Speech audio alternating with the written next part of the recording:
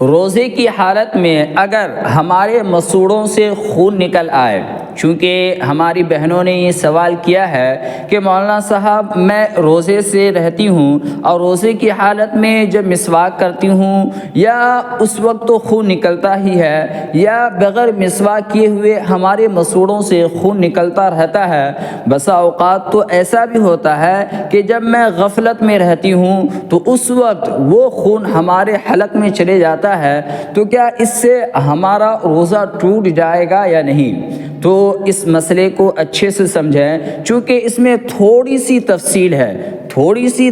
ہے، اس کو اچھے سے سمجھیں کہ دیکھیں اگر کوئی بھی چیز آپ کے حلق میں گئی، حلق سے نیچے گئی تو آپ کا روزہ ٹوٹ جائے گا۔ اب رہی بات تھوک کی، ہم لوگ کو یہ دیکھنا ہے کہ جو خون ہمارے حلق میں گیا ہے تو اگر خون کی مقدار کم ہے اور تھوک زیادہ ہے تو اس سے ہمارا روزہ نہیں ٹوٹے گا، ایک بات۔ دوسری بات، اگر ہمارا خون بہت ہی زیادہ ہے اور تھوک بہت کم ہے، اگر وہ چیز ہمارے اندر میں داخل ہو گئی، ہمارے حلق میں چلی گئی تو پھر آپ کا روزہ ٹوٹ جائے گا۔ اسی طریقے سے کہ اگر کسی بھی انسان کو یہ ایسا محسوس ہو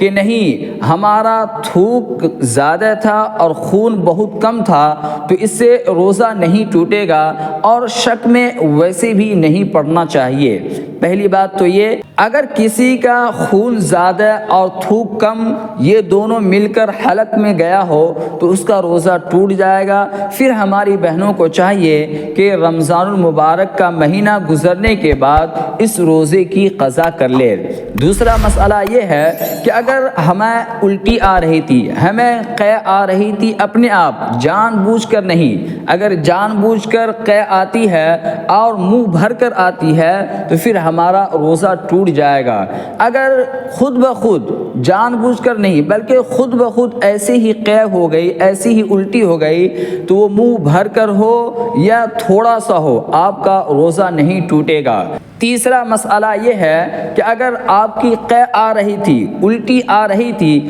پر باہر نہیں نکلی بلکہ حلق سے ہی اندر چلی گئی تو کیا ہمارا روزہ ٹوٹ جائے گا یا نہیں؟ تو میں بتا دوں کہ اگر آپ کو الٹی آ رہی تھی، قے ہو رہی تھی اور آپ نے باہر نہیں نکالا بلکہ حلق تک ہی رہا، پھر اس کے بعد آپ نے اندر لے لیا تو اس سے آپ کا روزہ نہیں ٹوٹے گا۔ تو آپ حضرات اس ویڈیو کو شیئر کریں، ہمارے ساتھ آپ بھی شیئر کریں تاکہ پورے امت مسلمہ تک یہ مسائل پہنچ جائے۔ دعا کریں اللہ تعالی ہم سب کو عمل کرنے کی توفیق عطا فرمائے۔